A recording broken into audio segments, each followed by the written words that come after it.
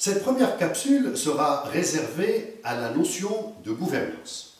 La définition de la gouvernance, nous pouvons la trouver dans le célèbre ouvrage de M. Ronald Coase, qui est sorti en 1937 et qui s'appelle « The Nature of the Firm ». Cet ouvrage a parlé pour la première fois de la notion de « corporate governance ». La gouvernance se base sur trois éléments fondamentaux. Le premier, c'est la notion de droit. La logique de la gouvernance ne peut être que juridique. Sans respect de droit, il n'y a pas de gouvernance. Le deuxième élément fondamental dans un concept comme la gouvernance est l'approche participative.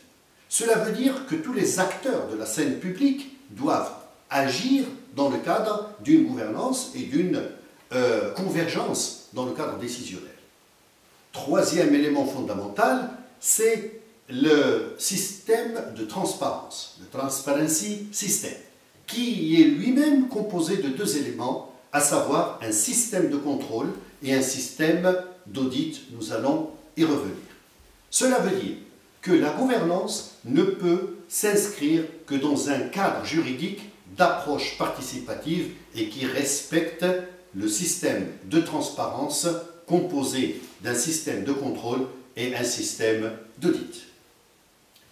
Les outils de la gouvernance. Vous comprendrez pourquoi j'avais insisté lors de la dernière rencontre avec vous sur des fiches techniques relatives aux concepts suivants qui sont les outils de la gouvernance. 1.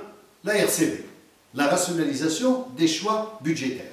Un petit paragraphe sur la RCB est fondamental pour comprendre la notion de rationalisation des choix budgétaires. Le corollaire de ce concept est le fameux PPBS, Planning, Programming, Budgeting System, qui est une notion américaine qui avoisine celle française, qui est la RCB. Troisième concept et outil de la gouvernance, c'est le CNDT, c'est-à-dire le cadrage des dépenses à moyen terme, le CDMT. Le CDMT est le cadrage des dépenses à moyen terme. Pourquoi? Parce que le cadre budgétaire est un cadre annuel par définition et il existe des dépenses pluriannuelles.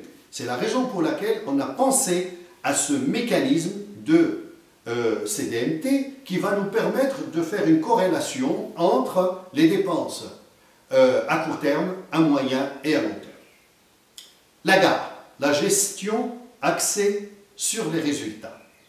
C'est un outil très important parce qu'il a bouleversé la notion de finances publiques qui est sortie d'une approche moyen vers une approche résultat. Comme une entreprise, les pouvoirs publics, les institutions publiques, les collectivités locales et autres, aujourd'hui sont inscrites dans une logique de résultat et de performance. Voilà les principaux outils de la gouvernance et c'est la raison pour laquelle nous devons préparer des fiches techniques relatives à ces outils pour mieux comprendre la dimension de la notion de gouvernance. Je vous remercie pour votre attention et à la prochaine capsule numéro 2.